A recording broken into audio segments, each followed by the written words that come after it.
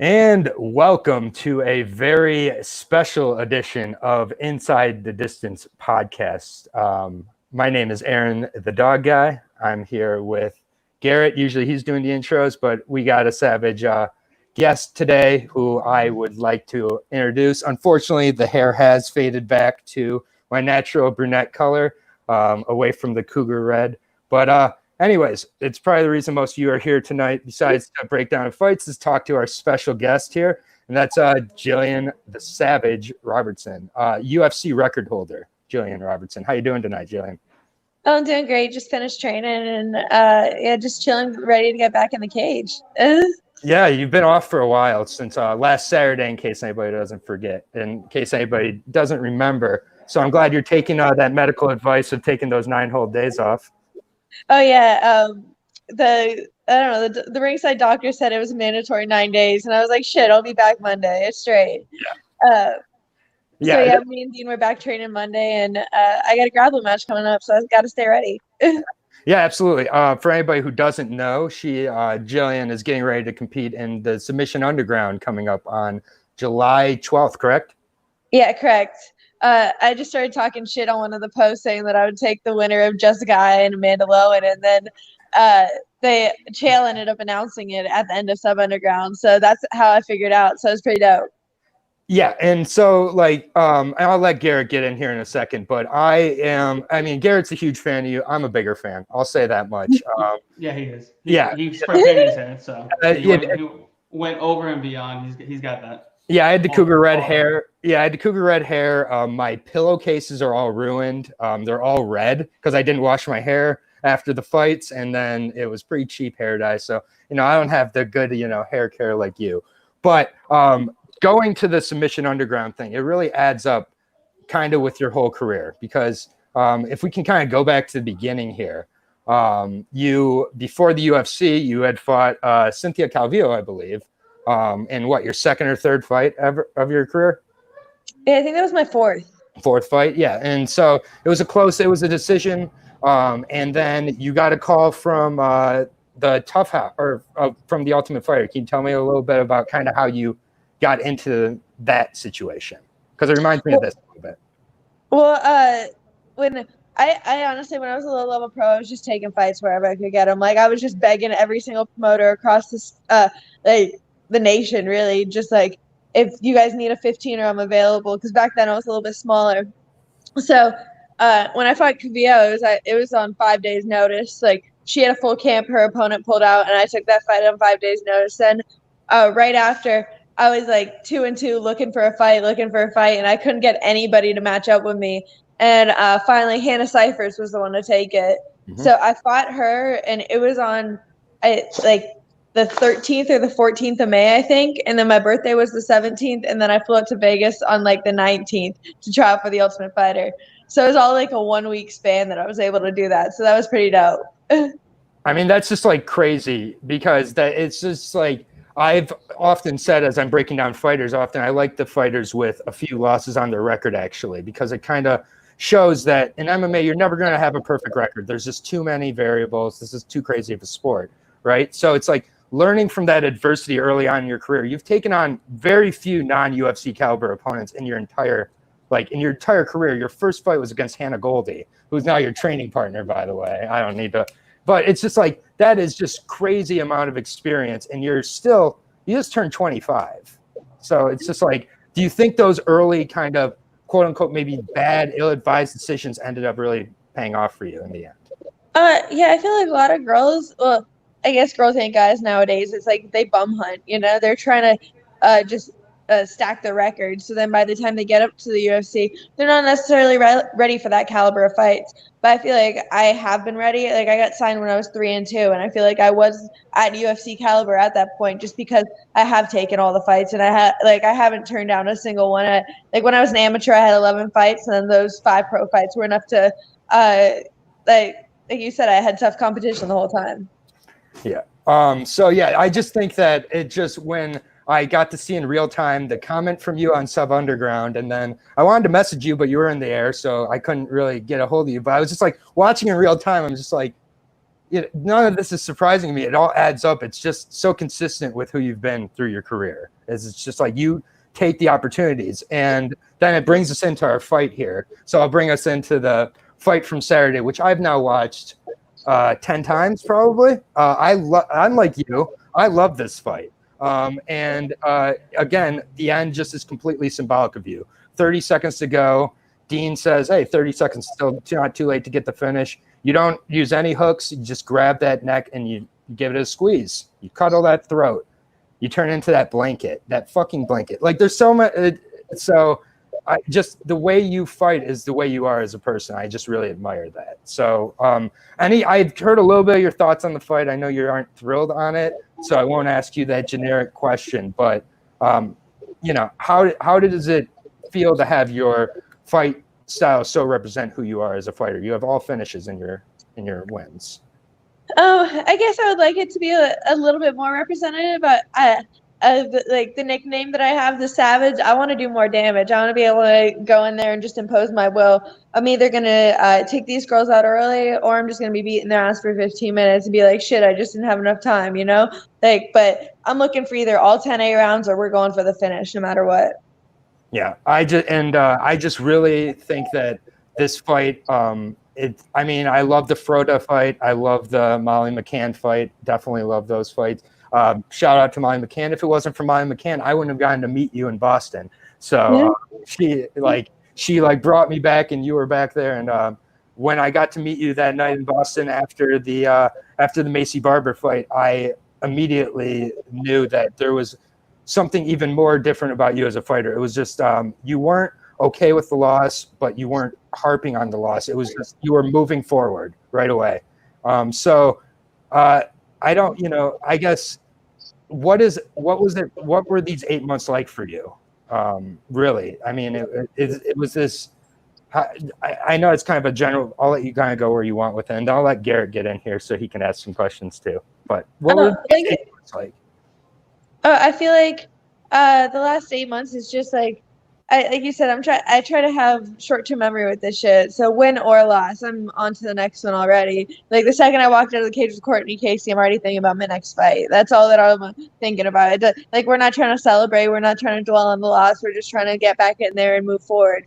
So to have 8 months off definitely sucked. It's definitely too long of a layoff for me. But Dean's already been talking to Mick, so we're talking about getting me a name hopefully early September.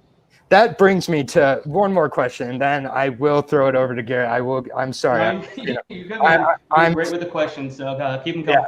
Yeah, I'm used to asking Gillian a few questions, so it's just fun. Now it's just there's a camera on, so But one of the names that I saw brought up on your story the other day, you tagged Mick in the post also, so you can be coy with people and say you'll take whoever you want in front of you. I know you will. I see that. You've done it throughout your whole career. But you tagged Antonina Shevchenko on the post, and looks like you were looking for maybe August or September. What kind of motivated you to particularly point out that as a potential opponent? I was just looking at the top 15 girls because that's really who I want next is anybody in the top 15. I'm trying to get ranked and move up. And number 15 is Molly McCann right now, who I've already faced. So I didn't necessarily think that would be a just opponent at this time. I've already beat her, so I don't want to take that one again. And then I believe Jiyeon Kim is the next one who's fighting this weekend, so she wouldn't necessarily be able to have a quick turnaround. Then Shevchenko is the next one there, and she's a perfect matchup for me. She's pretty much Courtney Casey with better striking and worse grappling. Like she has the same level wrestling, and I feel like the sub will just come quicker.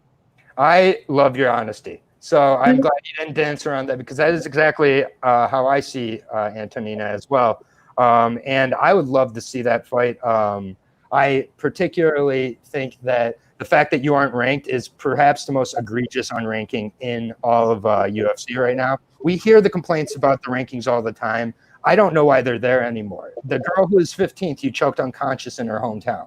So I'll say it. I love Molly McCann too, but this is just this just doesn't really make sense to me. How they're keeping a 25-year-old prospect in you out of the top 15 while the rest of the somewhat, I believe the entire rest of the top 15, besides Macy Barber, who doesn't have a complete knee currently, is over the age of 30.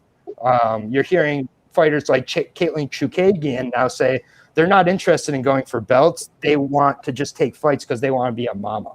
How does that make you feel? Does that just like perk up your ears, or do you not, does it not even cross your, because I'm not even close to a fighter, in case you can't tell. So for me, I think, oh, if I was a fighter, I was hearing all these girls talk about wanting to be moms. It's like, I ain't there. I want to fight.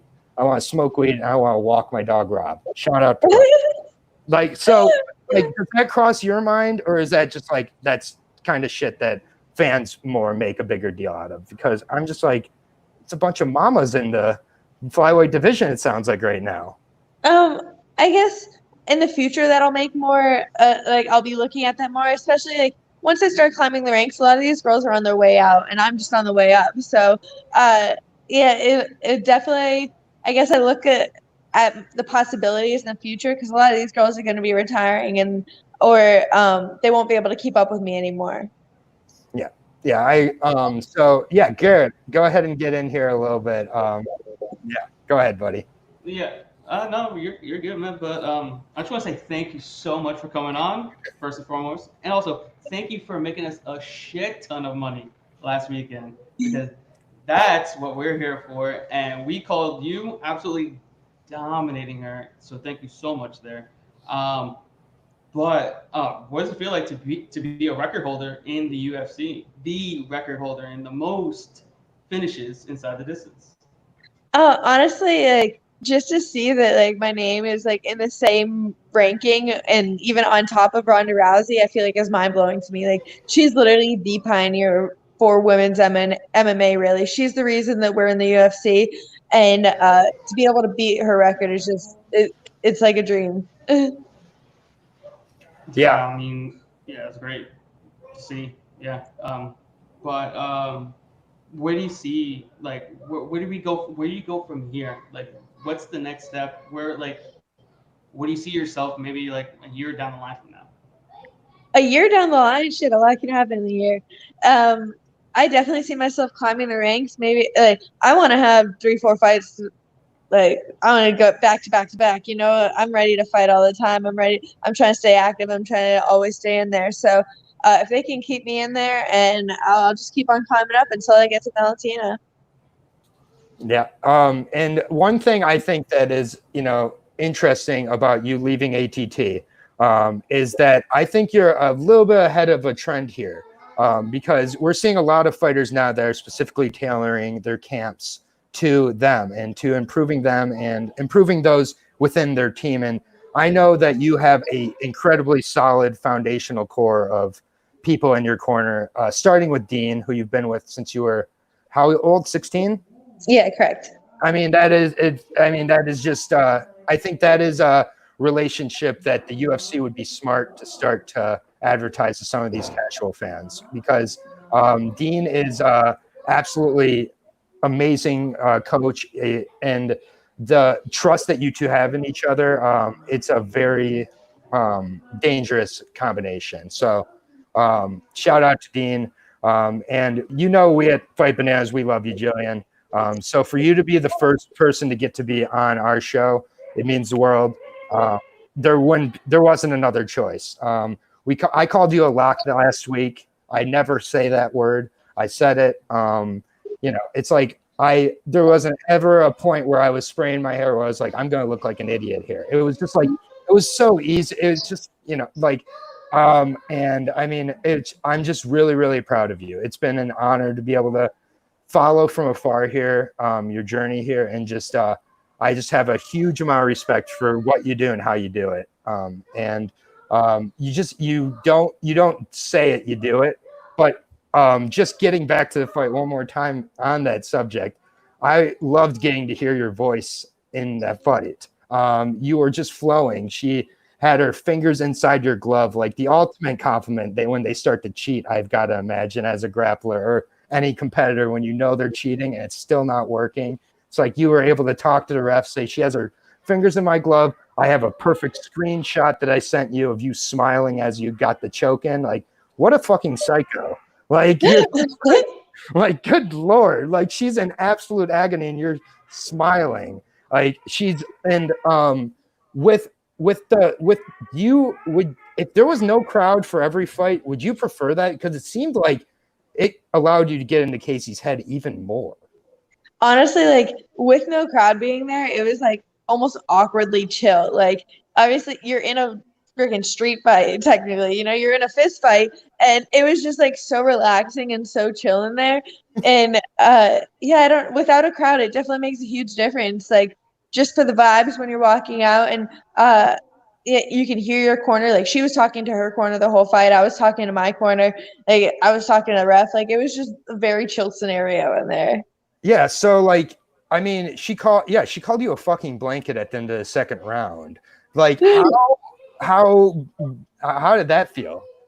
Like, I was like, when she said that, I'm like, like you're not supposed to let me hear you think that, you know, like you're not supposed to say that around me. But it makes me feel good. Like it boosts my confidence. Coming in the third round, I was sitting there smiling, like, all right, you're mine. yeah, that's what 8.5 minutes in 10 minutes of ground control time will do. And going into the fight, you were number 5 all time in the UFC for all fighters in ground top control percentage time at over 60%. You improved that percentage time. So now I believe you are number 3 all time in top control ground percentage time. So it's like, what you did, it was one of my favorite parts of this fight is that you knew you didn't want to be in Courtney's guard. That's pretty much one of the only spots where she could kind of maybe make something happen. You played that half guard game. You put position before submission. You put position then submission, because the submission did come. And I mean, it's just like you were the smaller girl in there, but you were the stronger girl. You were the better girl.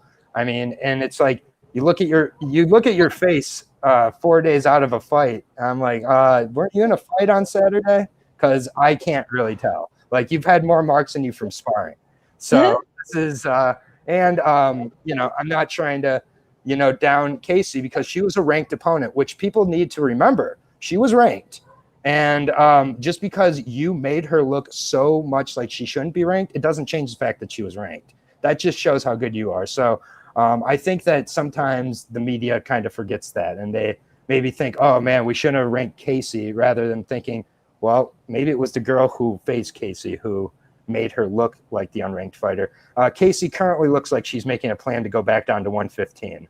So she's currently hacking her metabolism on her Instagram story today. So again, like she's running back to the straws, which she was not an easy fighter to finish. Lots of really great fighters haven't been able to finish her. And you did it. And I mean, it's just, I'm just really proud of you. So not that I mean anything, I'm just a fan. But it's just following you has been a definite highlight of this quarantine for me. It's incredibly inspiring. And just, yeah, keep it up. You are always welcome back on here. We'd love to have you stay on for the first fight because it is the only female fight of the night. So maybe give some thoughts on Jin Yu Frey and a couple other things. But Garrett, do you have any other questions before we? I'm pretty sure you summed it all up there, buddy. But yeah, no, you did great. No, I thank you so much for coming on. This was, you know, great, and we definitely want you to come back on, and we can maybe get one fight for you to break down with us, like my man. Yeah, of course. That's cool with you? All right. Yeah. Okay. All right. So yeah, we'll hop on in. Please say hi to Rob and Kazushi for me, her dog and cat. You know, Chico says hello. He's sleeping right now. I don't want to wake him up because he will start barking, but yeah. And also my mom says you're a ground master and your body control is amazing. That was her first MMA fight she's ever watched. Oh, that's awesome. That's how good you are, that my mom, who knows nothing about the sport, knows that your body control is really good and you're a master on the ground. So you know, mom knows best. So she sends her good thoughts, and she will continue to only watch your fights because she hates watching fights, but she will watch your fights. So the next one. But all right, Garrett, Gillian, the G's, we ready to, yeah, shout out to Chico. Thank you, David. Ready to jump into this weird card that is another COVID quarantine card. Yeah, let's jump right into it. Well, first fight on the preliminary card. We have a fight between Kay Hansen and Jinyu Frey. Right now, Hansen's a minus 165 favorite, and the comeback on Frey is a plus 145 underdog. Gillian, do you know much about these two fighters, or what can you give us to break this I down? honestly, I've watched Junior Frey a lot before. She was the 105 champ in Invicta, so to see her make her UFC debut is going to be impressive. But Kay Hansen, unfortunately, I don't know a lot about her. I think I've watched. Is this her debut too? Yeah, so Yeah. she's 20 years old. She's 6-3. She fought in Invicta's Phoenix series mostly, which is like the contender series for Invicta. So this is like a huge step up.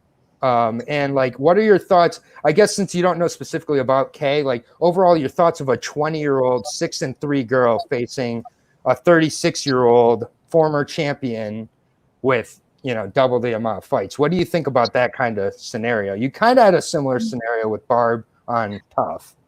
I was just about to say, shit, that was me. Yeah. So speak to that a little. Honestly, though, it's like even with Barb, like I still had my moments in that fight where I could have taken her out. I could have done things.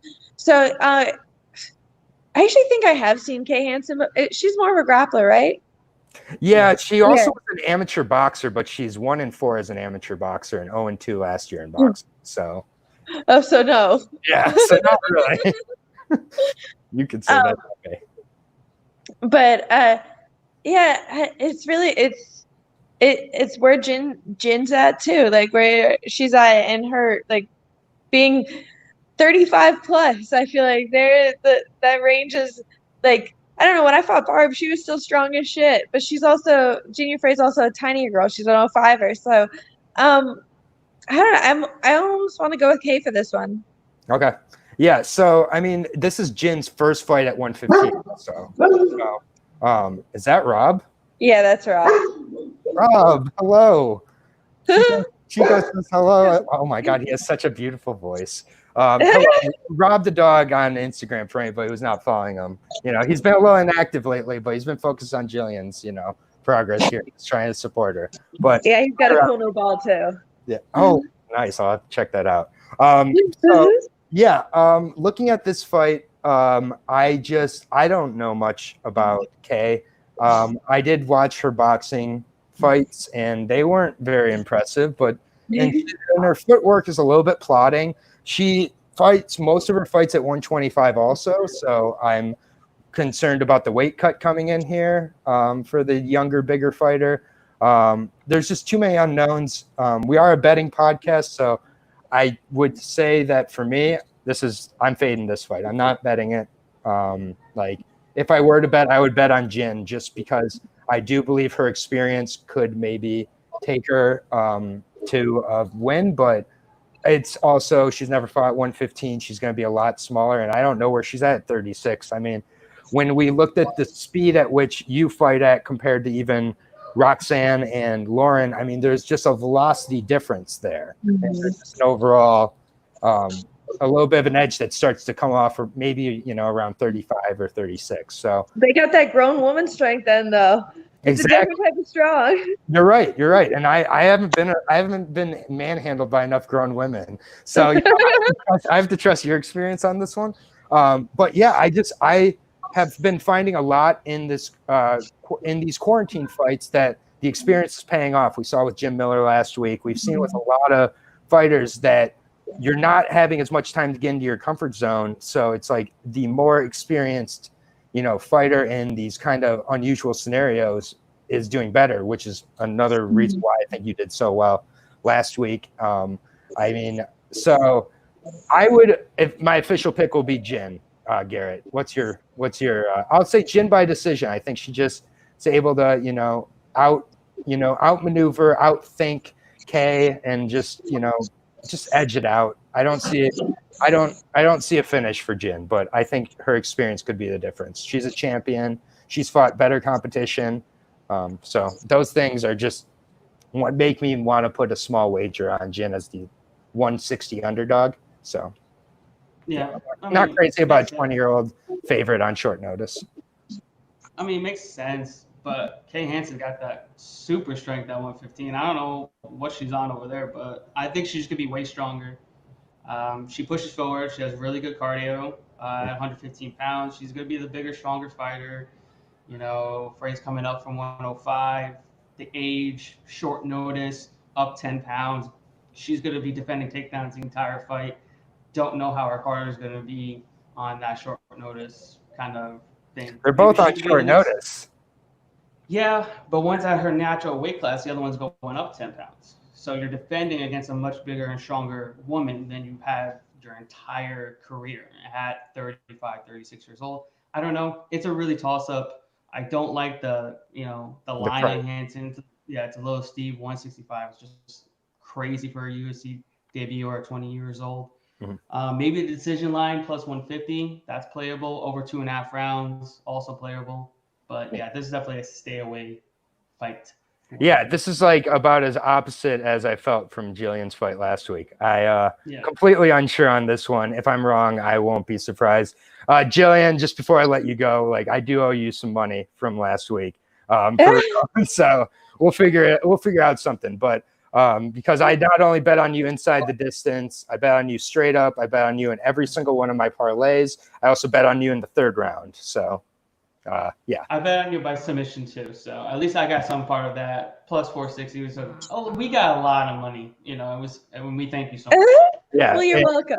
Yeah, it will help me buy new pillows now that they're all red. So it really looked like a murder when I woke up because all of the cheap ass hair dye had just bled off my head onto my pillowcases. So I'll use some of your winnings for that. But thank you again for coming on, Gillian. We really appreciate you trained twice today, and like you were out of training like a half an hour before you came on here. So it's just like the fact that you're making time to be on all these podcasts. This is why you're the hardcore MMA's darling. One of the many reasons you are every hardcore fan. We all love you, and eventually these casual idiots who are making the rankings also will realize it. But for you to come on our little old show here and just talk with us, it means the world to us. So we won't keep you anymore. I know Rob has things to do, balls to play with. So give Rob my love, and we'll talk soon. But I really appreciate you coming on today. It was a pleasure talking to you. Thanks for having me. All right. We'll see you soon, Jillian. All right. Bye. Have a good one. Peace. Bye. And there's the Savage. I'm sorry to completely take that over. But no, you're good, man. You're just fanboying a little bit. It was cool. It's cool. No worries. It's all good. Yeah, Debbie, she's completely right. She is absolutely amazing. Earlier in the week, I got David called me up in the car, and we just did like a Savage recap where I can't help it. I love this sport, and when you're able to find somebody like Gillian, it makes the sport that much better. So again, we appreciate her coming on. And let's get to the rest of this card, man. Let's make these people some money. Let's find our Gillian lock for this week. I don't think it exists, but there's not every card can have that lock where the price is going the wrong way the whole time, even after the terrible weigh-ins, but we'll see. I don't know. I feel like we could jump on that one on the next fight of the card in the preliminary fights. It's between Jordan Griffin and Yusuf Zalal. Zalal is a -120 favorite, and the comeback on Griffin is a +105 underdog. Yeah. What you got in this one, man? All right. I still got to come down off this cloud that was getting to have like my favorite. Yeah. Thank you. I'm glad this because, yeah. Oh, good. I'm glad. Hopefully it means of me, but because he was already a fan of Gillian. But either way, let me come off this cloud and come back onto the fights here. This is a very interesting fight. Zalal came in to his UFC debut as one of these huge underdogs who shocked Austin Lingo, who was a really hyped prospect. He looked really good. His wrestling looked good. His striking was super effective. But Jordan, Jordan Griffin, the Psycho, the native Psycho, he hasn't quite had that, great performance inside the octagon yet. His last performance out against TJ Brown, he got caught quite a bit, got taken down. It's a narrative you'll hear in a lot of Jordan Griffin fights is that he's losing till he wins. And I mean, that has been the case for a few of his UFC fights so far, but I think that this is where the tide turns a little bit for Jordan. He was getting ready for a fight a couple weeks ago, so I hear people making the argument that, oh, he peaked back then and he's not going to be peaking now. I don't really necessarily agree with that. And I'm going to, I am going to take Jordan in this fight. I think that Zalal is gotten a little bit overhyped here, a little bit overrated. I don't think we know how good he is yet.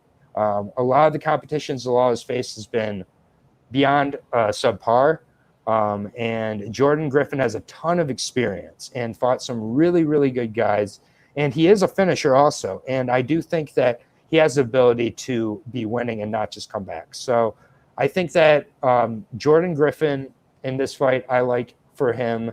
I'd like for this to be maybe a little bit close, but I think Jordan Griffin is going to be able to use his wrestling and his grappling and, kind of, I don't want to say slow cook, but eventually out cardio Zalal in the later rounds. Maybe I'll say a submission round 3 for Jordan Griffin.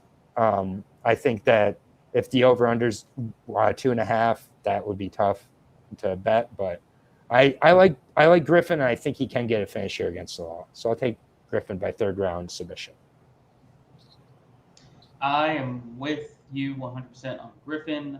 I just don't know what people are seeing in Yusuf Zalal. I went back to the tape. I watched his LFA fights. I watched the fights that he lost very, very closely. And he's not as good of a grappler as his fight with Lingo leads him to be. He's not this Cubby type fighter, good top pressure, good top control, good takedowns.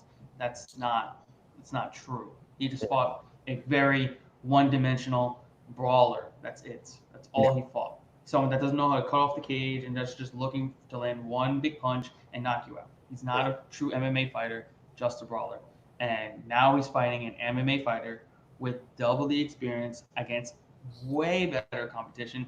His last 3 losses were Juan Archuleta, Chaz Skelly, and Dan Ige, all immensely better than Zalal will ever be. And mind you, against 2 of those fighters, Dan Ige and Skelly, he won 1 round on both of them. Mm-hmm. Both of them. It was a close fight. It wasn't just a 30-27 just shellacking. No, he fought them. It was a hard fight, and he grappled with them. He only let them take him down 3 times between the 2 fighters, and he was out maneuvering them. Didn't get stuck. Talking about Skelly and Ige got great top pressure, and Ige mounted him multiple times, and he was able to get out of it. And what I've seen from Zalal, when he fought against Lingo, he took him down. He got his head caught in a guillotine choke in half guard. Well, guess what? Griffin just finished TJ Brown by guillotine choke in half guard.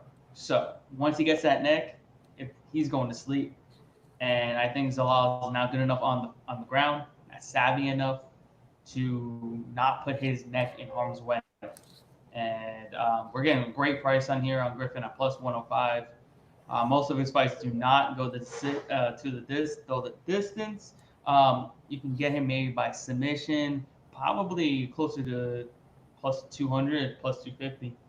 Yeah, I think that's the play here. I feel confident in this one. And it's one that I've seen a lot of people taking Zalal on. Me too.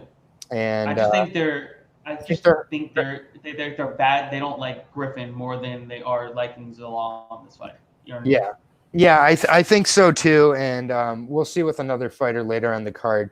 These slingshots will happen sometimes with these fighters who have a gigantic upset. And then all of a sudden the perception of them from one fight to the next is completely turned on its head. So we'll see that with the Kama Worthy fight later as well. So, we're both here on Jordan. We both like the finish. So, all right, there we go. Yes, sir. So 1-1 so far. Yeah, 1-1. But we'll get there. Next up in the welterweight division, we have a fight between Takashi Sato and Ramiz Brahimaj. And right now, Sato is a minus 130 favorite, and the comeback on Brahimaj is a plus 110 underdog. What do you got in this one? This is one that one of us I think is going to be really wrong on. Are you hinting at something? Or are you trying to say that I'm going to be completely wrong? Because I think you're wrong. Yeah, Sir. well, I didn't say who was wrong, but I was able to watch a good amount of tape on Ramsey. Is it Brimage or Baramaj? Brahmaj. Brahamaj. So don't quite have his name down, but doesn't change that. I liked a lot of what I saw. I am aware that in his 8 wins, he has 8 finishes. He lost both of his decisions and not to the best of competition. And with Saito, he is a guy that I am not the biggest fan of so far of what I've seen. I see kind of some low volume striking. I mean, he's got good straight right and some pretty good takedown defense, which is going to be huge in this fight. And if he can keep this on the feet, I think Brajamaj is in trouble. But I think that the smaller cage we saw with Gillian and Casey, I get that was a tough matchup. I get it. But I think in general, the world-class grapplers this cage is made for. And I do consider Brajamaj a potential world-class grappler.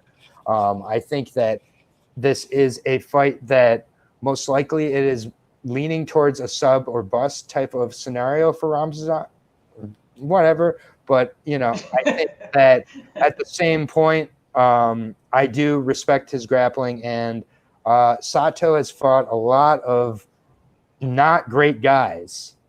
He's beat them, yes. And it's better to beat not great guys than to lose to not great guys, maybe. But I mean, he struggled against Ben Saunders, who's a shell of himself. And then he did get struggle. He didn't look great. And he was a minus 300. He was a minus. Struggle is when you're like losing really bad. If you're so was he a minus? He was a minus 300 in that fight, and he did not. He didn't win the first. He did not win the first round. Yeah. Yeah. So that's what I mean. That's what I mean. So there's the context for you. As a minus 300, he didn't show me he was a minus 300. And look at Ben Saunders. So this is just one where I am going to say that Ramsey is a legit grappler. And I think he is going to find the finish. I don't think it has to be in the first round either. And I think that this is a point where the smaller cage plays the factor. I was able to get him at plus 135. I'm not as crazy as this line's shifting now, but at the same point, I'm still okay with him at dog money, especially because I would be betting him as a submission anyways. So, I got a round 1 or round 2 submission win. He's had some quick submissions against, I get not as good a competition, but I'm not sure how good Sato is either. He's padded his record heavily against guys with terrible records. I'm taking the shot, the dog. It's not a fight that I'm going to bet on, but I am going to break it down and let you know who I think I'm going to win. But the best betting strategy I can give to one person betting this fight would be to take Brahmaj by sub and take Sato by KO or decision. That's your likely outcomes, and you should get both at plus money. Both of those props are plus money. So you're gonna guarantee yourself, profit in the end. That's my way. I would probably bet this fight. But as far as who I think is going to win, I think Sato is going to win. I mean, he's a judo black belt. He's faced a far better competition, in my opinion. Even those Asians that he's fighting in Pancras, I still think they're better than the dudes that he's fighting on, on the regional scene. And he's lost. Brahimaj has lost to some of those cans on the regional scene. At least Sato is losing to Bilal Muhammad. He's losing to Glauco Franca, who was in the finals in the PFL tournament. So, I mean, he's losing to reputable guys, and he also trains at a much better camp than Brahimaj and Sanford MMA down here in Florida. Well, Brahimaj is in what, Fortis? Yeah. I mean, those Fortis. Much better camp. I mean, those are pretty Deseret camps. Fortis is pretty. So I get everybody's disrespecting Fortis lately, but Fortis is still a perfectly good camp. It's a good camp, but if you're talking Sanford MMA versus Fortis, I mean, I You have don't. two championship caliber fighters right in there. You have ex-champions in there as well. I mean, he's got a great group of grapplers, is what I'm saying, to help him get better in his area that he knows to get better. I mean, he's got the Burns brothers, that, they're Yeah, helping him. it's definitely a fair argument. You know what I mean? It's a pick 'em fight. It's not a fight that I really want to have action on. It's a very, very close fight, given the line. I think where he opened up Rakhimaj, if you got him at plus 150, you're golden. And now you can bet on Sato the other way and still make money. Right now, if you get Sato at plus 120, minus 125, minus 130, that's a great line. And if you got Rakhimaj at plus 150, plus 145, also a great line. Yeah. So I think you're in the money either way, if you bet like that. Yep. But if I'm picking Sato, but I am not betting this fight. Yeah, I mean, I got it at plus 135, so I'm that's not definitely a good line. Not going to be hitting it too much more. So I'm just in the grappler, striker layman terms matchup here. I'm going grappler. Yeah, makes sense. Yeah. Normally I do the same as well. It's just UFC debut, short notice, it is. Yeah, the brain surgery and things like that. But I like what I see. I'm going to trust my eyes here and say that. No. I'm not trying to persuade you. I'm just giving you my side of things. I think he might be round one or bust, cardio wise. Yeah, I don't, but we'll see. I mean, if that is the case, then definitely in some trouble. Yeah, then it might end up like a Max Roshkov kind of fight. Right. Yep.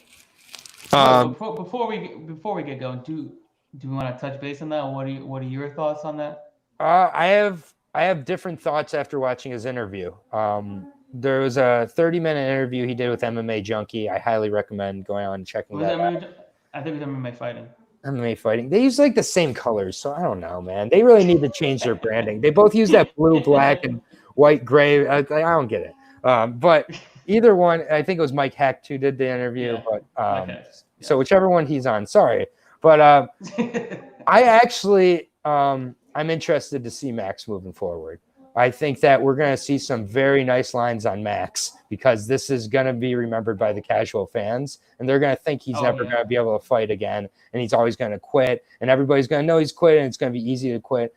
But I saw a lot of potential in that guy, and if he can come back from this adversity, that's like I was talking about with Gillian, like I talk about with tons of fighters when they have these losses. That's not a bad thing at all.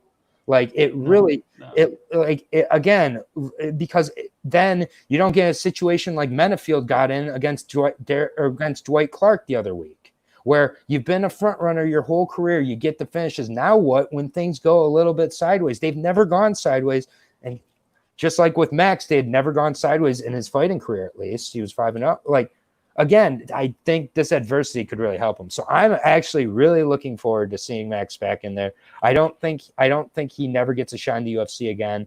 And I think that he's gonna come out on fire. I feel bad for his next opponent, to be honest, unless it's a very tough matchup for him. If it's someone who's lower tier, they're in trouble, in my opinion. So I think he's gonna be able to recover from this. This is gonna make him better. I think he's gonna be back in the UFC. Actually, I think they're gonna give him another shot. Dana didn't sound like that he hated him and that he was just be done with him after what he did. But he actually gave him some words of encouragement afterwards. So maybe we do see him back in there, and I hope so. I think he's a really top prospect.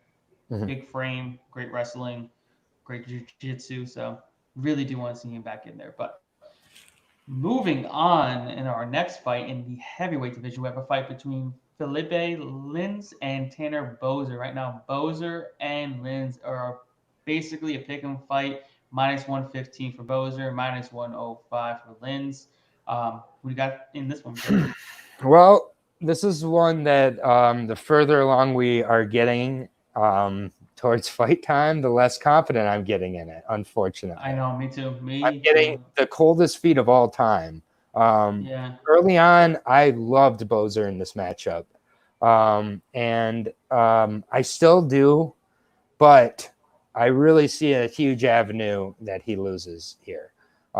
He is pretty much a like leg kick based fighter. Leg kicks in a small cage. In a small cage. And he's getting a ton of respect for going 3 rounds with Gane. And people are like, oh, you went 3 rounds with Gane, you're not getting finished by Felipe Lins. But Lins has been talking about coming into this fight, how he's going to grapple. And he does have allegedly a black belt in jiu-jitsu. And he's really not bad that people are, making him out to be. Yeah. And I think that Andrei Arlovski had one of his best performances the last 5 years. And Andrei Arlovski is what, 10 times as crafty as Tanner Boser? So it's like, the more I think about it, the more I think about the small cage. Like, the small cage doesn't play a factor in every fight, but it plays a factor in a lot of fights. And with heavyweights, it's going to play a factor. And I just don't. Less room to move. Less room to move. Boser's going to move back and have his back against the cage. Lins is going to put him up against it. I can't believe I'm saying this. I'm going to take Lins. I think he can get a finish in this fight, but if not, I think he can grind out a decision win here. I think he's going to be able to get him down to the ground, and I'm not sure if Boser's going to be able to get up. And I don't think Boser's going to be able to land enough leg kicks to affect him early, and he doesn't throw any punches. And he doesn't really get finishes. I mean, in this fight, I believe the over-under is at 2.5 at like minus 220 for the over. And this is a heavyweight fight. In a heavyweight fight. That's crazy. Yeah. That's crazy. And so in order for you to really believe that Boser's going to win, you're believing he's going to win 2 of 3 rounds in a smaller cage, not throwing a ton of volume, throwing a lot of leg kicks? I'm just not sure. And so I'm switching my ship here on one of the fights I thought I was most confident on. And I'm going to go with Felipe Lins. I'm going to trust that Lins is actually has a legitimate black belt. I'm going to say Lins gets the finish by submission in round number 2. And that was not my read for a huge amount of this week. Yeah, I hate to agree with you. I mean, at first, I was watching tape today. Yeah. At first, I was thinking, Boser, because everybody's talking about Boser. Yeah, he looked all right against Gane, but it wasn't anything to write home about. Felipe Lins has still beaten the better competition that Boser's beaten. He's beaten people better than Boser. Arlovski would beat Boser, so it's like, and Boser is just a dude that he likes to brawl. He likes to get hit, and he gives it back to you, but he gets hit a lot more than he does, giving it out. And for what I've seen, Lins's cardio wasn't. I think he worked on his cardio since his last fight. And as long as he does that, I think he should win this all day. He's going to push him back. Boser needs that room to operate. Uses a ton of leg kicks. I think he's thrown almost about 40 to 50 leg kicks in his last 2 fights combined. So he needs a lot of that space to throw those leg kicks. And I think those leg kicks are really going to do much. I think eventually Lins is probably going to grab hold of one of them and take him down. I think he's going to get on top control from there and have his way. And also, a lot of Boser's leg kicks, they're not like Hooker's leg kicks where he's like stepping into him and really nailing the calves or the ankles. He's kind of touching you and slapping you with a lot of these. And it's it's kind of wearing you out. He could out cardio him, and if he can keep it on the feet, I mean, I like his chances, but I don't think that is the direction Lins goes in this fight. And Boser is a step or 3 down from Andrei Arlovski, who has 30 MMA UFC fight, 20 UFC fights. Had trained with Lins. He just stepped down from Alex Nicholson on PFL. You know what I mean? No, below, believe me. He's Boser's beating nobody. Yeah, that can be your quote. I'm just saying. Look at who he went through on PFL. I mean, Alex Nicholson's not the greatest, but I mean, he beat him. He beat a bunch of veterans in MMA like Josh Copeland in the finals. Rosalt, who's made of eggshells. Rosalt. Yeah, but he has really good grappling. So but he couldn't even get to the if you watch that fight, like as soon as Lynch breathed on him, Rosalt fell backwards. Like, dude, I don't remember that, but yeah, that dude has one of the softest chins in MMA. It's so soft, brittle. Just one of these. Yeah, and he's down. So I mean, Bozzer, when I saw this fight right away, I was like, Bozzer. Yeah, me too. And this is why you do tape. This is why you don't stick with your first impressions, and this is why you talk it through. Because as you talk it through more and more, I've heard some people say Linz is on steroids in PFL. I don't know about that, and I think that's complete conjecture. So I didn't see evidence of that in his debut. I saw evidence of a guy who probably was facing a guy who he didn't get the better of in sparring a lot and ended up being mentally kind of worked by Arlovsky. So I like Linz to bounce back here and Bozzer to get, slowly have his best performance in a loss start to get properly rated. I don't like when fighters have their best performances in losses. I'm just not a fan. Yeah, same here. Yeah. Especially you want to place your bets basically on, he was good when his last fight, but did he win? No, he lost. Was it close? No, he lost all 3 rounds. Oh, okay. But he was supposed to die in there, and he didn't. So I mean, so weird. Granted, he's got a chin. Cool. Still got dominated. Yeah, it's all 3 rounds. Right, and so we're agreeing. I like this one. And we're getting a really good price, -105. I think everybody's absolutely overvaluing Bozer's loss opposed to Lin's loss. Linz wasn't as bad as people think. He was dominating in the first round. The cardio wasn't up to par and on a short notice fight. I think he's worked on it from 2 months ago to now. Yeah. Well, I'm glad that we're with each other on that one. Because this next one I think we're gonna have some chatting about. Yeah, it's going to be a very interesting talk in this next fight in the lightweight division between Kama Worthy and Luis Pena. Right now, Pena is a sizable -230 favorite, and the comeback on Worthy is +190. Is Worthy of a bet on Saturday night? I see a pun there. Yeah, everybody. I think that is one that may be made. So in this emotional bettor's mind, he is. And I use that preface specifically at the beginning. This is my emotional bet of the night, I think. So that doesn't necessarily mean bad or good. I will say that from my perspective. It goes one of two ways with any BIC, right? But I'm gonna be I already put a bet out on Kama. I just feel that there's a little bit of a spoon-fed process going on with Luis Pena that he hasn't even really been able to pass in glowing colors to me. The only fight that he really looked amazing to me in is the Matt Weinman's fight. Steve Ocho Peterson, I saw a lot of holes in his game even in that fight. I mean, Mike Trezano was a close fight, but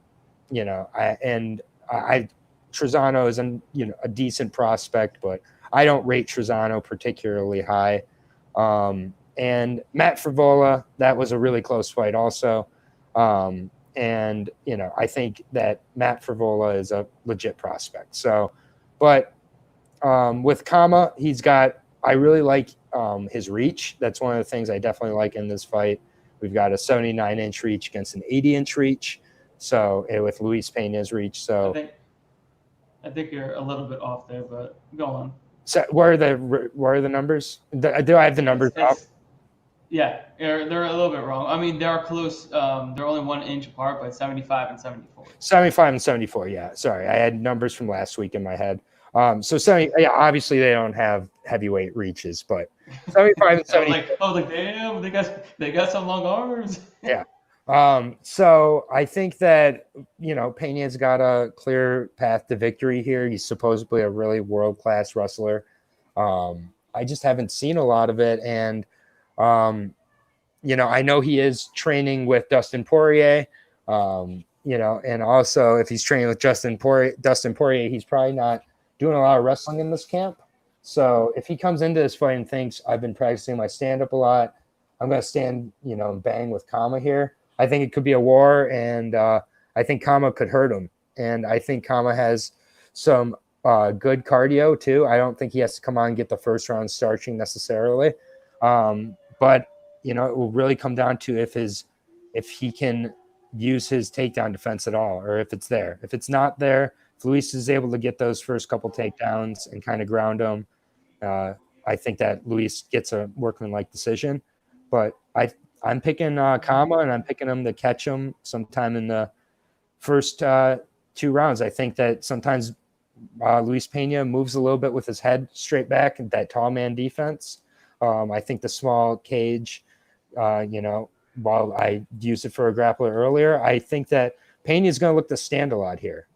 And if he does, I like Kama in a stand-up war. So I'm betting that it isn't a grappling match as much. So I'm taking a shot at the dog. It's not a huge shot, but I'm taking a shot at the 220 dog in Kama. I was on Kama at first until I heard his interviews with Mike Heck on MMA Fighting. I just didn't like that. He was saying he didn't get as much training in during his quarantine as most other fighters. He owns his own gym, so his gym was, locked down with a bunch of other businesses out there in Pittsburgh. And then he had to go and move said gym to another location, so that was more time away and setting up. So I don't know how much training he's been doing. He just wants to get in there and fight because he's 34 years old. His last fight was a year ago, so he's used to staying ready and hungry to fight. So I don't know. I really don't know what kind of shape he's in, but we know that Pena has been getting it working.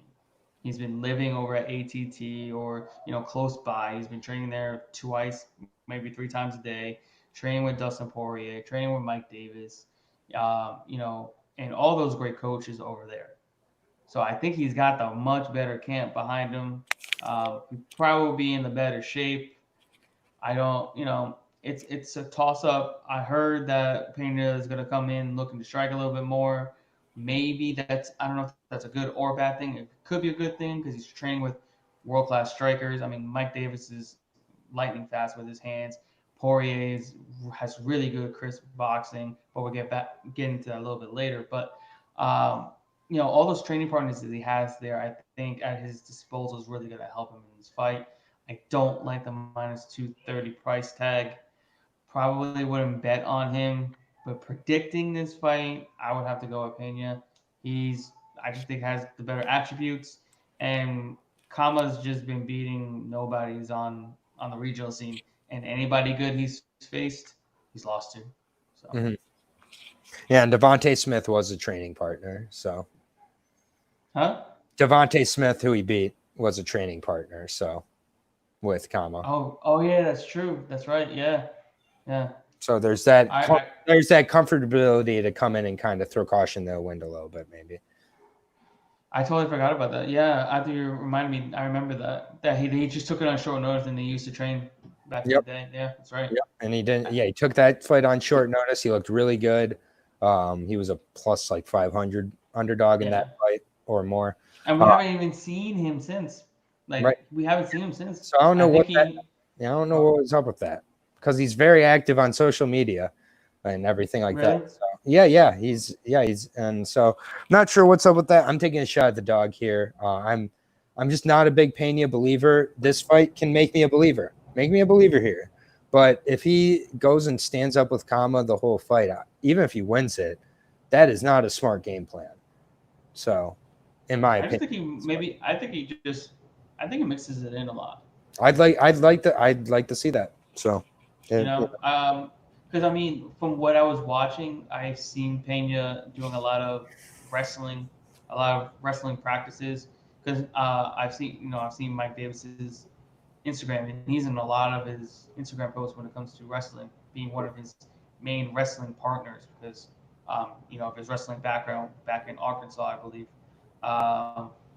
So yeah, I mean, if he was smart, he would go in and try to get this to the ground and just make it a gritty grappling type of fight, and he should win rather easily. But if he goes in there with the game plan, he's gonna knock this dude out. That's when it's gonna get a little dicey, and it's gonna be interesting to see on Saturday night. Yeah, definitely. But, I'm interested in this one for sure. Next up in the, I want to go with the featherweight division. I think it's at we have a fight. It's at 150 catchweight. Okay, catchweight division because of Kyle Nelson actually had to pull out due to visa issues. That's what happened. This is why we right go. Now, this is why we go on Thursdays. Every single card so far has had, these earlier in the week breakdowns have been breaking down fights that aren't happening. So exactly, and we lost a female fight too. Very upset that Miranda Maverick came to make her UFC debut. Yeah, she detached her retina. She's about to have a completely different looking career. No pun intended. Yeah. You see what I did there by saying? Do you see what I did there by saying different looking when it's a detached retina? It's better than your worthy one. Hey. Mine was said by every other MMA breakdown podcast. Hey. Mine was subtle though. Okay, it was subtle. Quite the opposite. Speaking of subtle, let's get this breakdown through quickly. The 150 catchweight was Sean Woodson versus the returning on a 3-fight losing streak. Juicy J. Gillian Robertson. He won his last fight. Oh, did he? Okay. Yeah. Well, he's about to lose this one. I'm gonna make it nice and quick here. Woodson's a minus 400. I hate that price. To be honest with you, you can try to get some value if you think he's going to finish or if he's going to get a decision. I'm going to say Woodson gets a decision, just because I don't think Julian's as chinny as everybody thinks. So I think so. He's pretty chinny. Well. I'm going to try to get some value on Woodson in a decision. I don't really flying knee KO. It's happening. Throw some elbows and he comes down flying knee KO when Juicy J gasses out, because he's going to gas out after the first round. I mean, let's see. Out. So he got KO'd by Devontae Smith, got KO'd by Julian Erosa. Oh yeah, and then he beat AJ Bryant. He's 11-4, so there's that. But yeah, I mean, Julian Erosa. He's chinny, bro. That is chinny. Yeah, he got knocked out by Ishihara, and he got knocked out by Artem Lobov. Yeah. Okay. Well, I want chinny, bro. I want plus money on Woodson. I think a decision can get me plus money, right? Yeah, I mean it's not bad. Don't get me wrong, but Woodson was also a 49-6 amateur boxer. I think he was gonna go pro. He was gonna go pro when he was 18, but he got a car accident, so that derailed him being a pro boxer. But I mean, you got hands. I'll take a decision. Just because maybe like he was really preparing for a certain. I don't know. Honestly, I'm just gambling a little bit, and like I think that his knees have like a lot of power, but even in his Contender Series fight before he got that knee, it was more like just like peppering shots, a lot of volume. Sure. Like that's kind of how I can see him winning this fight. So I'll take a shot. I'll do like half a unit on like a decision. I don't like betting him at minus 400. No, but I feel like he's very safe to put in every single one of your parlays, though. Yeah, sure. Yeah. Like I think he should be in probably every single parlayable piece. I think he's a lock. He's essentially the lock on the night, but he's not. He's not bettable. Yeah. GG is not coming in here on short notice. 150-pound catch weight, and is gonna outstrike Sean Woodson. It's not gonna happen. Yeah. The only reason that he's in here is because Corona. He's the Gina Mazzani of the 145 division here. That's why I'm thinking a first round knockout would might not be a bad call at all. I may be so wrong here. I may really be regretting. But I really would like to know. Do you have the odds up right now or no? I don't, just because. Yeah, I don't. My Hold on. bookie always is late with those props. So You got to use bestfightodds.com, man. there we go. Oh, bestfightodds.com. I don't like That's where looking at all I can bet on them. It just feels like a tease. I'm like, oh man, like I want to bet this price for this decision right now. I can't even get it till Friday afternoon. Oh, we're not even getting lines yet. Unfortunately, the lines are not out for any props for this fight. Yeah. But we will post it later if we ever get it. Yep, I'm anyways. gambling with the decision. I know, but yeah, obviously I'm not gonna play a prop here. I think he gets the knockout. Maybe if we get a decent line in round 1, but yeah, I'm just gonna put him in every single parlay that you have because he's winning, and he's in every single DraftKings lineup. I think he's reasonable price. I think he's like around 8,600. So yeah, he's a sure lock in every single one of your DraftKings lineups. Yeah, I like it. Next up in the heavyweight division, we have a fight between Maurice Green and Jean Vellante. Right now, Green is a -230 favorite, and the comeback on Vellante is a +190 underdog. Who do you have in this heavyweight fight? I don't know. Wow, this is short and sweet. I like it. This is crazy. Because you know what? I'm with you. I don't know. I don't want any part of this fight. No. This is the fight that you go, go to the bathroom, make some food, just do anything. This is not a fight that's really gonna, Yeah, I mean it's two guys at 205 who don't want to cut weight, and so they fight at heavyweight. Maurice Green being a -235 favorite. No, it's ridiculous. Way. Ridiculous. It almost Vellante's so bad that you can't even bet him. Right, it almost made me bet Vellante, but he's that bad. So I'm completely leaving this one alone. Completely. Yeah. It could last 3 rounds. It could be over in it's probably going to be a split decision with the wrong fighter winning the split decision. It's that kind of fight. See, that's where we can bet on this fight. I do like the over 2.5 rounds. Like, given us at +140, I don't see either one of these guys are really being a crazy finisher. I'm not saying to go and slam this over 2.5 rounds, but that is great value. +140 over 2.5 rounds. I think the only play I got. I think honestly, if you want to parlay the 2 trash heavyweight fights with a finish in the Linz Bozzer one, because that will be a plus on that side, and then the decision in this one, I think that the odds have them backwards. I think this is the fight that goes to a sloppy decision while the Linz fight gets finished. So you could probably do a small little parlay of those two and get really good odds. So actually, I could do that right now. Just so I can see. I mean, it's just a little greasy play, but I think they have those two backwards.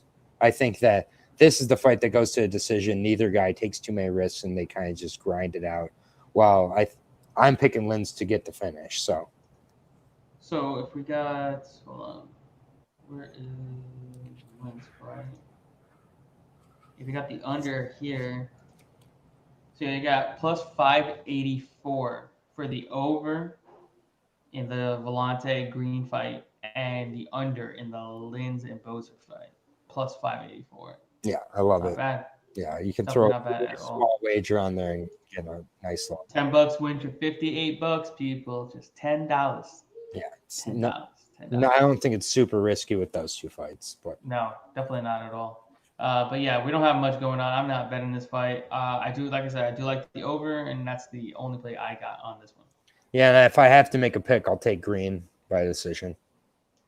Yeah, if I'm taking a pick, I'm not. Okay, so moving on. We have in the middleweight division, we have a fight between Brendan Allen, and Kyle Dawkins. Right now, Allen is a -300 favorite, and Dawkins is a +250 underdog. Do you see the debuter coming in and playing spoil here? Frankly, no. Brendan Allen has looked ever improving and early in his UFC career. I've been a fan of this guy from his LFA fights as well. I get that Rufus Sport is having a little bit of a downswing right now. I do still think, but they got all their guys training, so they're going to be in shape, and yeah, that's the great part. That's the great part of having that. Yeah, and I mean, this earlier in the week, Brendan Allen was preparing for a really, big, strong middleweight, and Ian Heinisch. He now has a blown-up welterweight, in my opinion, in Kyle Doskus. There's a lot of things about Kyle that I think kind of ring of like fake prospect to me. Like he's not that young of a guy. I think he's like 27, 28 years old. He was 5-5 as an amateur, mostly as a heavyweight. Took 5 years to get 10 fights as an amateur. So he was fighting for free for 5 years. He got submitted quite a few times in his amateur career.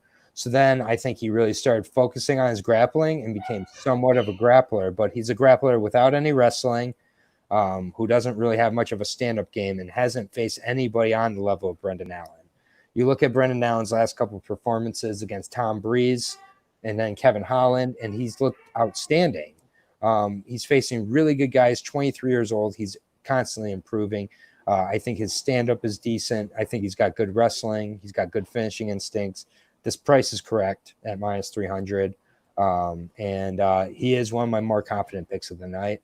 I do think he can get a finish as well. Is he your LOCK of the night? I don't have a Gillian lock this week. I would not be braiding my hair Brendan Allen style by fight night, but he's as close to a lock as I'm getting on this card. Yes, he's my lock of the night. He is, yeah, he'll be my lock of the night. This is a tough card to have one, but I feel confident in this one. Kyle on short notice. I just think Kyle is going to be worse everywhere than Brendan Allen. I think from standing up to grappling to wrestling to experience, this is Brendan Allen's fight to lose. Agreed. Yeah, I'm very big on Brendan Allen here. I mean, he's got the tools. He's faced far better competition, beaten far better competition. And I just don't think Dawkins has literally anything for him on the feet. He's kind of slow, plays his punches, comes forward, eats punches. He doesn't have the best takedown defense either. I just don't see where he's going to be better than Allen. Allen's going to be always a step ahead. Going to be a step faster. It's going to be stronger. We're talking about, Dawkins, who's fighting the last guy that even mimicked his height was 2 years ago. Everybody before that has been blown up welterweights. Guys are 5'10", 5'11", 6 foot at the most. You got Brendan Allen 6'2", and he's extremely strong, taking down everybody. Kevin Holland taking down, Tom Breeze as well easily. He's fought Eric Anders, taking him down. Anthony Hernandez fought him, taking him down. I mean, he's fought, high-level UFC fighters his entire career. LFA champion, very, well-known organization. I just think Allen, all in Allen. I'm going all in, if you know what I mean. Yeah, no, I'm Lock of the night. Yeah, I'm with you. Yeah, he'll be in all my parlays. Him and Woodson should be buddies in a lot of parlays. Absolutely. Yeah, those are very good to pair. Obviously, still a lot of juice, but you can maybe get some plus money with our next fights on the card. In the co-main event, we have a fight between Mickey Gall and Mike Perry. Mike Perry is a sizable -320 favorite, and the comeback on Mickey Gall is a +260 underdog. Does Gall pull up the upset over, crazy head Mike Perry? No. To keep it short, I'm into short analysis tonight for a lot of these fights. Mickey Gall's wrestling is non-existent, and so how he gets in his cardio after round one is non-existent, and his striking in round one is non-existent. What am I arguing here? I guess that Mike Perry doesn't have a corner. I don't think he needs a corner for Mickey Gall. I actually think he's correct here. I don't think that Mickey Gall is going to have anything for Perry. I think Perry is going to be in his space from the get-go. He knows what to do. He knows what to do. Yeah, You know? Perry has faced some fantastic competition. He's an underrated grappler. People think he's stupid, so he doesn't know how to grapple. But he is stupid, but he does know how to grapple. He did submission underground. He's been on the ground. He looked great. He really did look good there. Really did. And, you know, I mean, it's interesting because when we were talking with Gillian, you know, she mentioned how both her and Casey talked to their corners throughout. And, you know, Mike is just like, I don't ever listen to my corners in fights. So I don't think that, you know, really matters for him. He's just going to be so much physically stronger and better and smarter than Gall. Like, what Diego Sanchez did to Gall was absurd. And I think Mike Perry's going to do that and more brutal. So I do think Perry, I don't think this makes it to a decision. I think Perry finishes in round 2 once Mickey Gall is completely gassed and has given up. Yeah, I'm all over Perry here. Even the head case that he is, even though he has no corner. But like my man said, he doesn't need a corner. He's just bred to fight. And he's learned a lot over the times at Fusion, Excel, and Winklejohn over there as well. He's just learned a lot, and he really doesn't need any of these, you know, coaches really telling him what to do. It's just his personality. But he's gonna go in there and absolutely maul Mickey Gall. Gall literally has beaten nobody. I don't think anybody else has beaten nobody more than Mickey Gall. Like, literally, he's beaten one true MMA fighter in his last fight. And that was a close one to begin with. But you're talking about CM Punk, who's not a fighter. He beat a WWF wrestler and a reporter. Yeah, a photographer. Okay, so that's telling you the kind of fighter that he's really fighting. This is such a weird fight. And for a co-main, let alone. Like, just like coronavirus, this shit is real.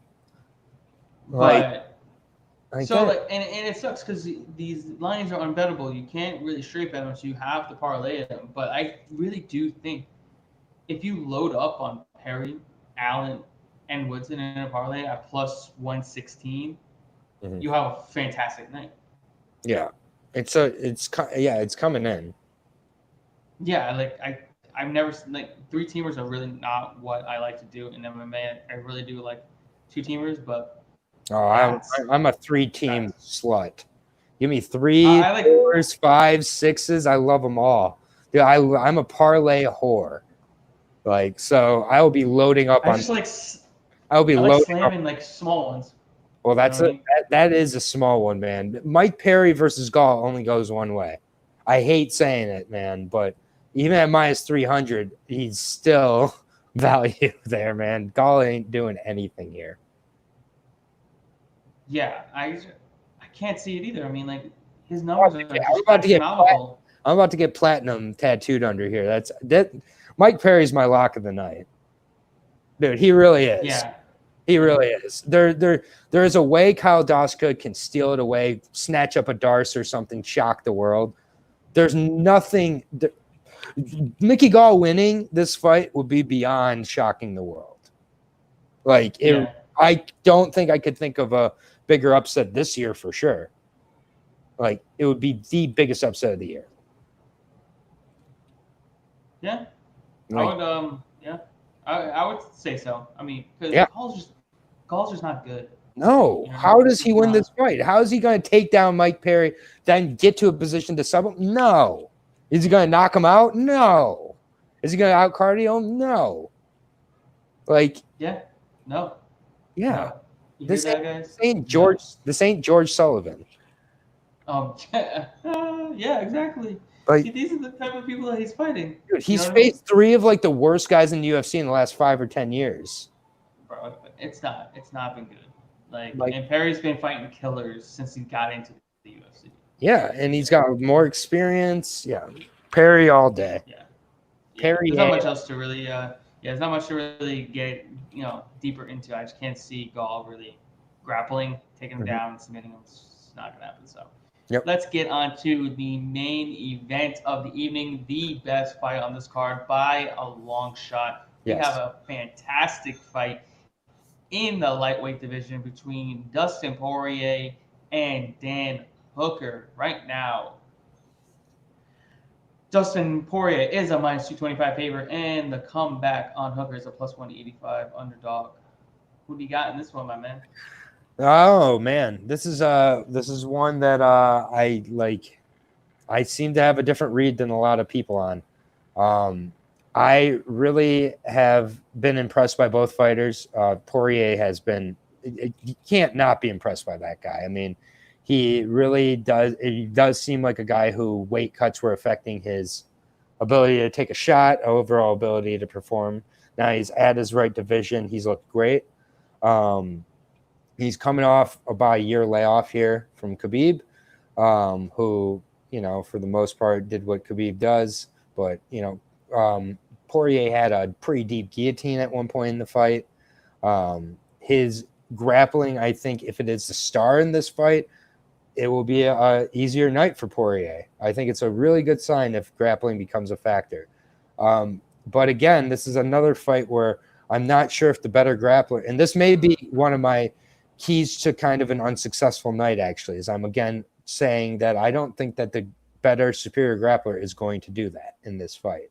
I think that there's a lot of variables on Poirier. I'm not crazy about betting at minus 225, coming off hip surgery, coming off, you know, a year-long layoff. I get he's only 31, but, you know, how motivated is he coming into this fight against Hooker, who also is, Hooker's 30. They're the same age. They've both been pro since 2009.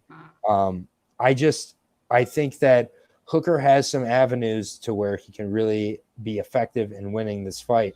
You know, I get he's coming off that close split win versus Felder. A lot of people think he lost, but I like that he's making the quick turnaround, and I like that he's getting back in there. I like his leg kicks. I think his leg kicks are really, really solid. I think that if this stays standing up, I do think he can match Poirier's stand-up, and I think this is going to be a close fight. I don't really see either guy getting a finish, to be honest. So I do like this going to a decision either way, and I'm going to take Hooker with the dog money as a decision. I'm not going to be betting this heavy. It's too close of a fight for me, but I think the odds are just off. And so I've got to go with the guy who's in a little more of a rhythm, isn't coming off a major hip surgery. I just don't like all these variables on a minus 225 favorite. Agree. I've been all over Dan Hooker since this fight was going to be back in San Diego. Just thought right off the bat, I mean, this guy's been he's a hungry fighter right now. He's coming off 3, if not more, straight wins, dominant wins at that. He's just looking great. I know it was a split decision win against Felder, but he looked great. He took some crazy, damage in that fight, and I just think he edged it out more than Felder in that fight. And I don't think Poirier is going to be able to take the damage that Felder did. And I just think he can definitely break him. And I just don't see the same fire in Dustin Poirier after, finally getting to the title shot, finally getting over the hump and fighting the best fighter on the planet and just getting absolutely mauled. I feel like it took a lot out of him. Then he's been out, surgery, trying to recover. Now we got COVID. It's just a different feeling. And I just think Dan Hooker's on the up and up, and you're giving us him at plus 185, coming off, very good wins. And I'm all over Dan Hooker at plus 185. I've been on him for a minute. I think it's crazy. This line is this wide. I think Poirier minus 140 it's a right line. So we're getting a ton of value here. Yeah. And I'm definitely taking him, and I am betting on him. Yeah, I am too. And just a little trend with guys after they face Khabib Nurmagomedov. So we have Edson Barbosa after he faced Khabib Nurmagomedov. Loss, win, loss, loss, loss. So 4-5 in his last 5. Then we have Al Iaquinta, who had the best performance of his career against Khabib, right? He goes Yeah. win, loss, loss, loss. So 3-4 in his last 4, which everybody touts how great his performance is. We have Conor McGregor, who after he faced Khabib, not fought, again, other than Donald Cerrone. So we don't really know where he's at, but he took about a year off after Khabib. Then we have Dustin Poirier, who hasn't fought since Khabib. I mean, after guys fight Khabib, things change in these guys. From a mental perspective, Because they get breaking down. They get broken, bro. They get broken. He got he broken. got broken. He had a Yeah. deep, and so, this is a very different type of fight. So, I mean, to imagine Hooker grinding him out may be a little unrealistic, but at the same point, I do think that he can win 3 of 5 rounds rather easily, and that's what he needs to do. And Hooker's also the longest fighter that I think Poirier has faced in years. That's why they brought in Luis Pena to kind of mimic that, length and of Hooker. But even Hooker still has about an inch on Pena too. Even being 3 inches shorter, he's still got about an inch of reach. But it's hard to mimic somebody as good as Hooker. You can't bring Pena in and think you're really gonna mimic the kind of striking that he possesses with the kicks, the leg kicks, the knees, the elbows, the straights, right down the pipe, and uses his length and his very, very, very well. So it's gonna be an interesting fight. It's gonna be a great fight. Probably one of the better main events that we've had thus far during this COVID-19 time. But I am definitely betting on Hooker here, guys. Definitely betting on Hooker. I agree. Yeah. I'm seeing a lot of people So- just going Poirier and moving on, not even looking into this too heavy. It's interesting. I just don't get the price tag. There's a lot of variables. 225, and you're just gonna just lay it out there like it's a lot. That is not a lot. Even This a is- healthy, even a healthy Poirier, I would be questioning that line. But major hip surgery Poirier at -225, no, thank you. Yeah, it's crazy to be playing this line. I mean, whether you think he wins or not, you're gonna be sweating this -225 favorite that you're betting on. Win or lose, I'm okay with losing a +185 dog because he was supposed to lose. You're -225. It's supposed to win 69% of the time. So it shouldn't be a sweat. My guy's only supposed to win 35%. Yeah, I'm with you. Yeah. So before we get going, who is your let's give out your best bet on the preliminary card and the best bet on the main card. Okay, so let me take a look at these prelims again, and let me see who. I honestly really like that three for in the main card.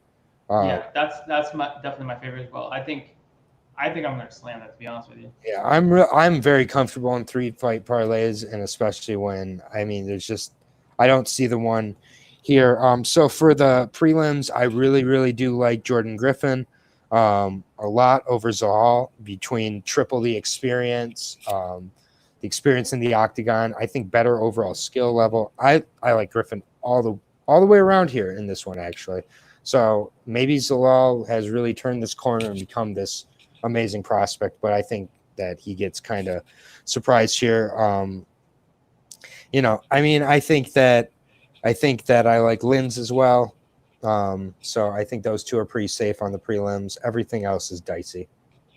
Yeah, I'm with you there as well. I like Kate Hansen. I don't like them. Like I said, I don't like the -165 price. She's 20 years old, 0-2 in boxing, 6-3 overall. It's probably one I really want to bet on. Like I did Max last week. I really want to bet on Max, but then I just kind of let it play out and just watch it unfold and be a fan. And I think that's one I really just want to be a fan of. But other than that, I would probably go a Griffin or a Linz. I think those are the two safest on the preliminary card. And other than the parlay that we got, probably the easiest parlay of the night, I'm really liking Dan Hooker on the main card. Yeah, that's not bad. Yeah, that's not a bad call at all. Yeah, may add another little forfeit with Hooker on the end of it. Just Yeah, that'd be great. Yeah, you could probably get it at over 3-1 odds there. Probably at least close to it.